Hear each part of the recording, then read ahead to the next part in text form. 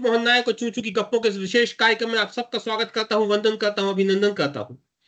मैं जब कुछ खबरें पलट रहा था तो मैंने एक रिपोर्ट देखी जिसे एडीआर ने निकाला है। वो एक एनजीओ है जो हर साल रिपोर्ट्स निकालता है अलग अलग विषयों पे।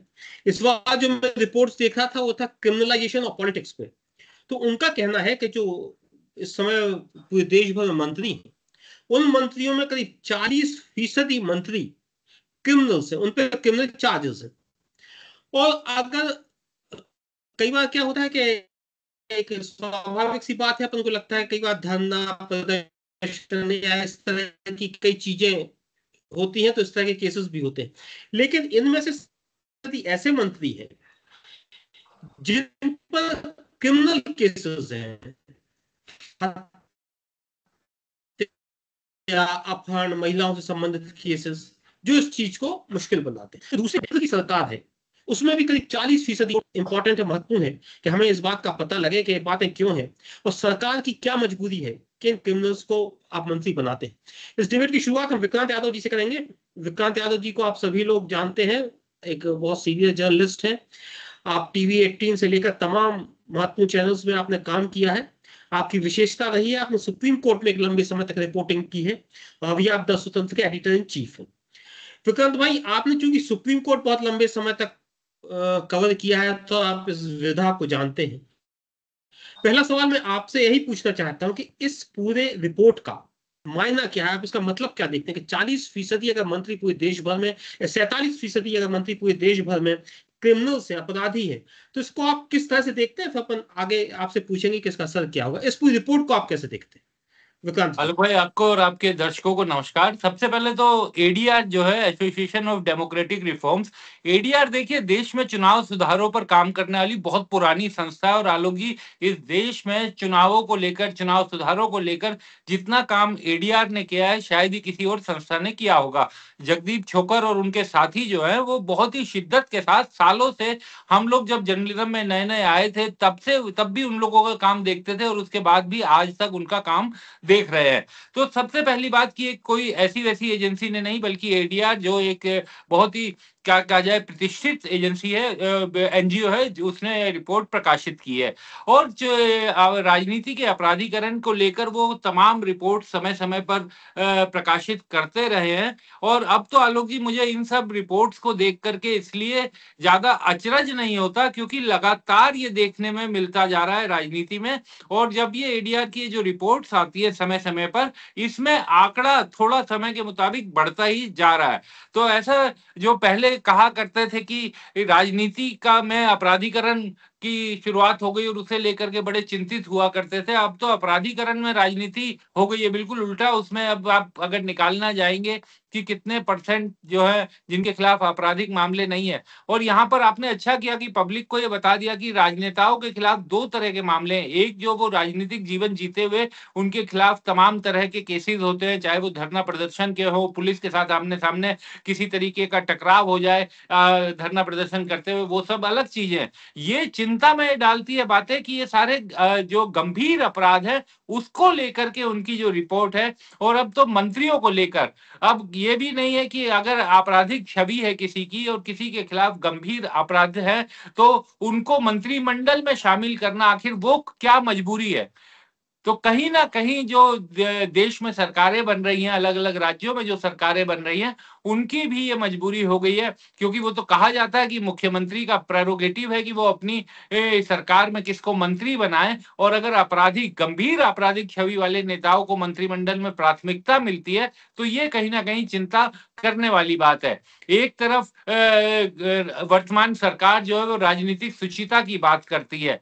नया बिल जो लेकर के आ रही थी, ये जिसमें कहा गया था कि अगर किसी को 30 दिन तक जमानत नहीं मिलती और 31वें दिन उसको उसकी सदस्यता चली जाएगी। तो आप समझिए कि एक तरफ तो इस तरीके की बातें की जा रही हैं और दूसरी तरफ जब मंत्रिमंडल बनाए जाते हैं तो उन्हीं को प्राथमिकता दी जाती है। तो यही सब कारण है जो जनता के मन में संशय पैदा करते हैं कि आखिर नियत क्या है और कदम जो उठाया जा रहा है उसके पीछे की सोच क्या है।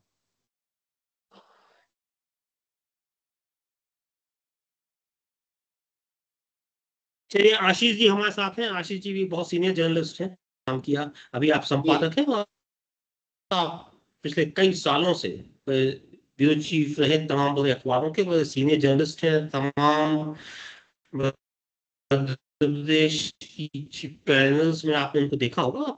मध्य प्रदेश सहित आप पूरे देश की राजनीति में बहुत अच्छी तरह,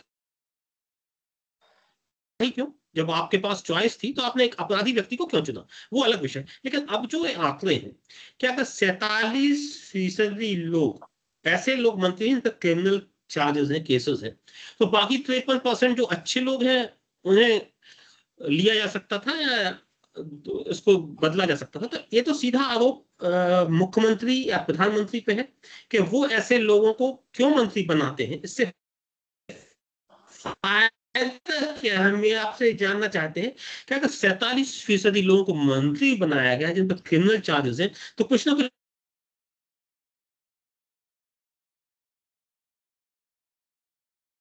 आपकी आवाज नहीं आ रही है जी, आपका कोई आवाज नहीं है? आप फ्रीज हो रहे हो बार बार। हाँ, आ रही है।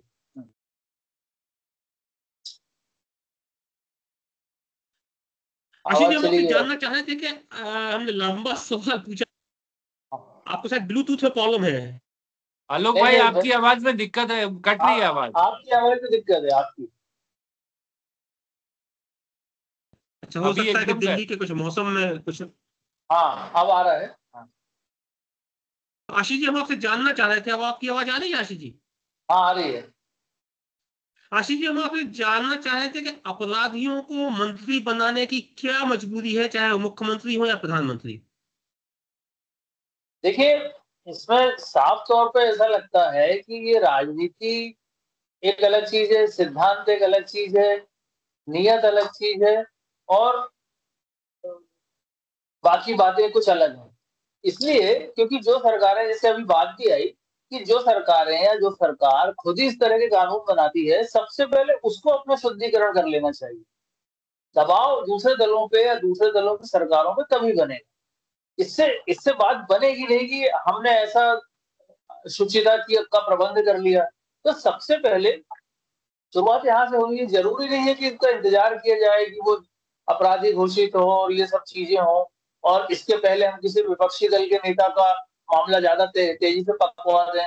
तो ये सब चीजें से बचते हुए बहुत अच्छी बात है कि यदि इस तरह के कानून आते हैं, उसके पहले उसकी मंशा साफ हो जानी चाहिए।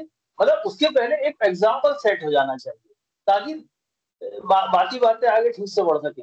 अब राजनीति में जब ऐसे लोगों को मंत्री बनाया जाता है जिन पर आपराधिक प्रकरण होते हैं, तो वो बहुत सामान्य लोग नहीं होते हैं। वो समाज को, राजनीति को और सारी चीजों को डोमिनेट करने वाले लोग होते हैं, और वो खुद नहीं जीतते हैं, बल्कि उनके दम पर पॉलिटिकल पार्टी दूसरे प्रत्याशियों को भी जिताती है। तो वहां पर ये दबाव बनता है कि इनको या तो मंत्री पद दिया जाए, इस तरह की कोई राजप्रसाद दिया जाए, ताकि वो सारी चीजों को निभा सकें। तो ये निभाने की जो परंपरा है पॉलिटिक्स में, और बताने की जो परंपरा है, ये दो अलग चीजें होंगी।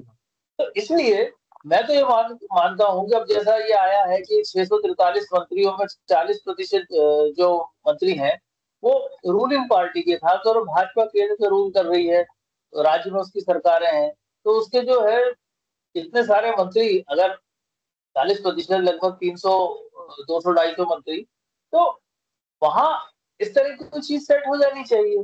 तो दूसरे दल जो है अपने आप इस पर बाध्य होंगे। और फिर चुनाव आयोग भी है, चुनाव आयोग भी काम करता है, वो भी उसके एफिडेविट लेता है। तो सबसे पहली बात तो जैसी ये मैं मानता हूँ, यदि किसी प्रत्याशी की छवि दागदार है या उसमें प्रकरण है, तो सबसे पहली चीज तो ये आती है, सरकारों से पहले या मुख्यमंत्रियों से पहले या प्रधानमंत्रियों से पहले ये बात आ जाती है कि जनता उसको चुनती है ना। समस्या ये एक समस्या या एक पहलू ये भी है कि जनता उसको खुद चुन के भेज रही है, तो उसके बाकी दोष जो है या बाकी जो ऐब है वो थोड़े से गौण हो जाते हैं। तो ये बड़ा एक खिचड़ी सा मामला हो गया है कि एक तो जनता उसको पसंद कर रही है। विक्रांत जी से समझते हैं इसमें नुकसान क्या है। देखिए आलोक जी, विक्रांत जी से समझते हैं। विक्रांत जी, अगर जी देखिए आलोक जी, सबसे बड़ी बात कि अगर हमारे जनप्रतिनिधियों के खिलाफ ही इतने गंभीर आपराधिक मामले होंगे और हत्या, बलात्कार, लूट, डकैती, ये सब मामले राजनीतिक प्रतिशोध की चलते तो दर्ज नहीं किए जाएंगे।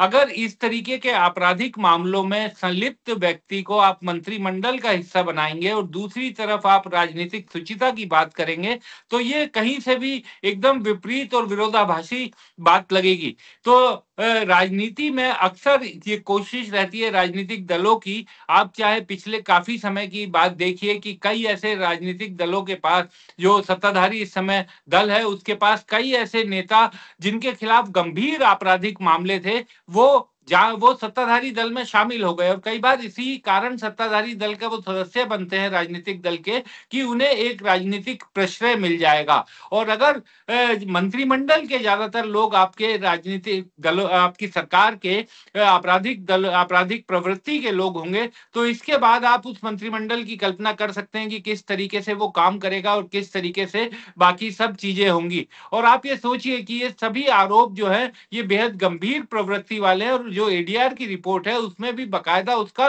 पूरा क्लासिफिकेशन करके बताया गया है कि किस तरीके से कितने % गंभीर मामलों के आरोपी हैं, कितने उनके खिलाफ हत्या, लूट, बलात्कार, डकैती, इस तरीके के मामले दर्ज है। तो कहीं ना कहीं जो सरकार की जो छवि बनती है, जो सरकार की नुमाइंदगी की छवि बनती है, और एक बात हम सब समझते भी हैं कि लोकतंत्र में सरकार का इकबाल बुलंद रहना बहुत जरूरी है, और अगर सरकार के मंत्रिमंडल में आपराधिक छवि के लोग रहेंगे तो उसके इकबाल को क्या है समझ रहे हैं कि आपका मंत्री, अगर आपका मंत्री रेपिस्ट है या मर्डरर है या किडनैपर है, तो उससे नुकसान क्या है, वो समझना चाह रहे हैं।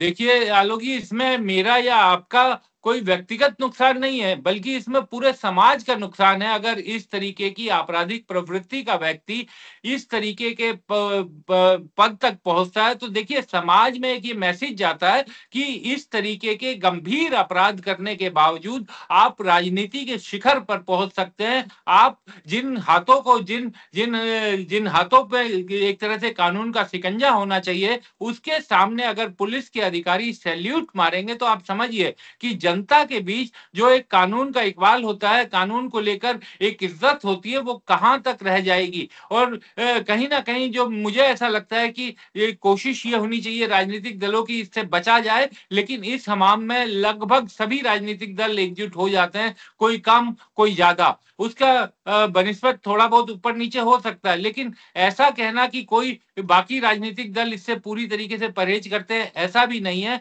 क्योंकि ये सबको सूट करता है।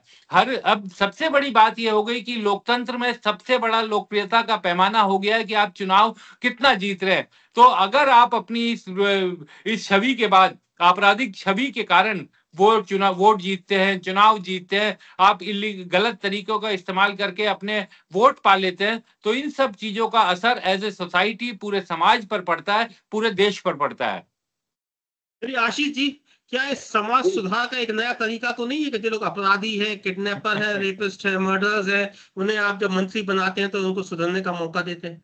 आशीष जी ये तो वही वॉशिंग मशीन वाली बात हो गई कि वो वॉशिंग मशीन है राजनीति, और उसमें वो सब पवित्र होते जा रहे हैं। तो ये बात बड़ी अटपटी है। लेकिन देखिए एक बात है, इसका नुकसान सिर्फ ये भी है कि समाज का जो नया वर्ग आ रहा है, खासतौर पर युवा वर्ग आ रहा है, वो राजनीति को अच्छा नहीं समझता। आज हम जो बात करते हैं, कई युवाओं से बात करते हैं, तो राजनीति के बारे में बात नहीं करते, या उनको राजनीति के बारे में कोई जानकारी नहीं होती, दिलचस्पी ही नहीं होती। वो यही कहते हैं अरे फालतू किस तरह के लोग हैं, क्या है।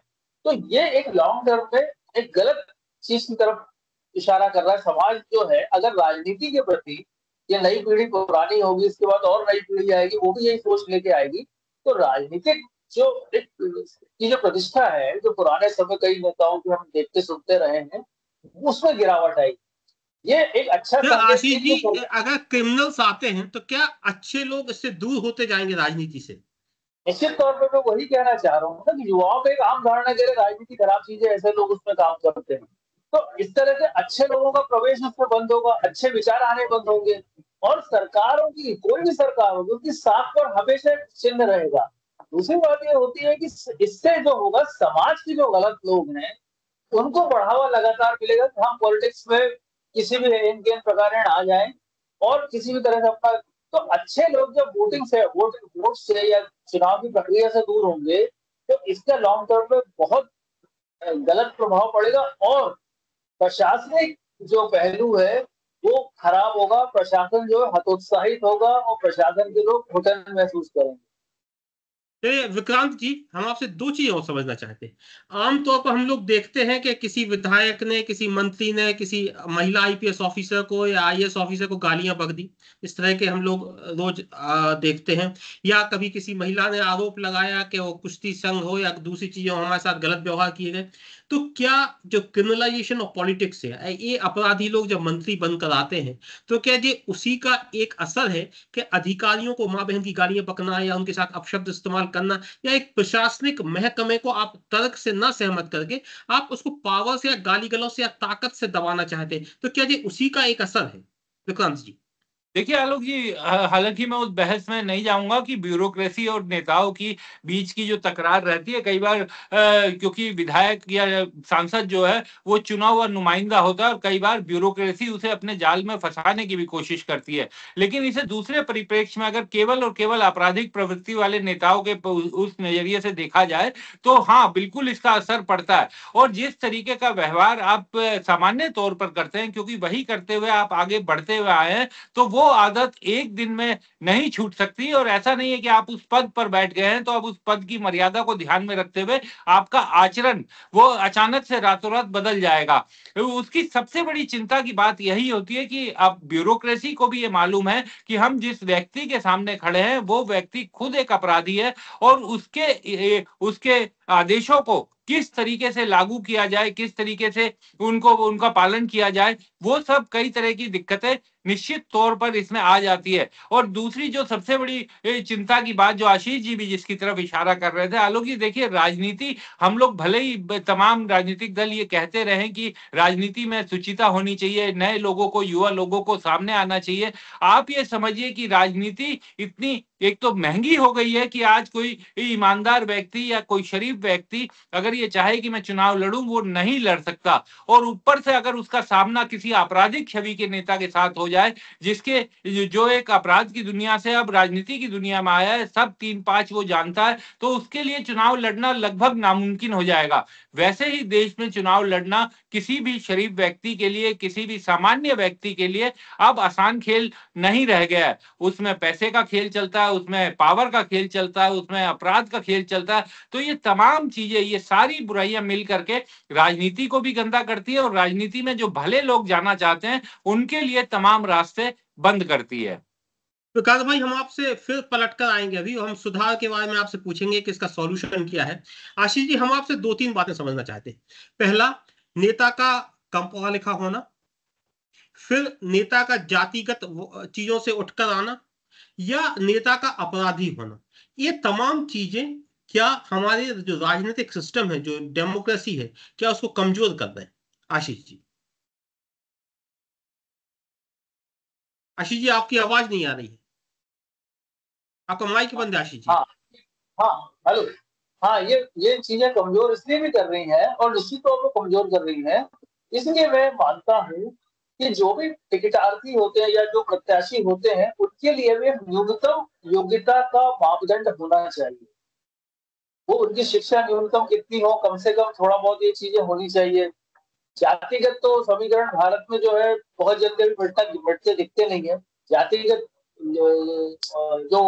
जातिगत जो भावना है उससे उभर के लोग तो आते रहेंगे, लेकिन जब उनकी योग्यता तय कर दी जाएगी तो थोड़ी सी मुझे लगता है चीज आएगी। और मैं तो ये मानता हूँ कि जो भी दल, जो प्रमुख राष्ट्रीय दल है अपने प्रत्याशी चुनाव में उतारते हैं उसके पहले वो 3-3 प्रत्याशियों का नाम जनता के सामने रखें और उसमें से जनता चुने कि कौन सा प्रत्याशी बेहतर है और उसके बाद चुनाव हो।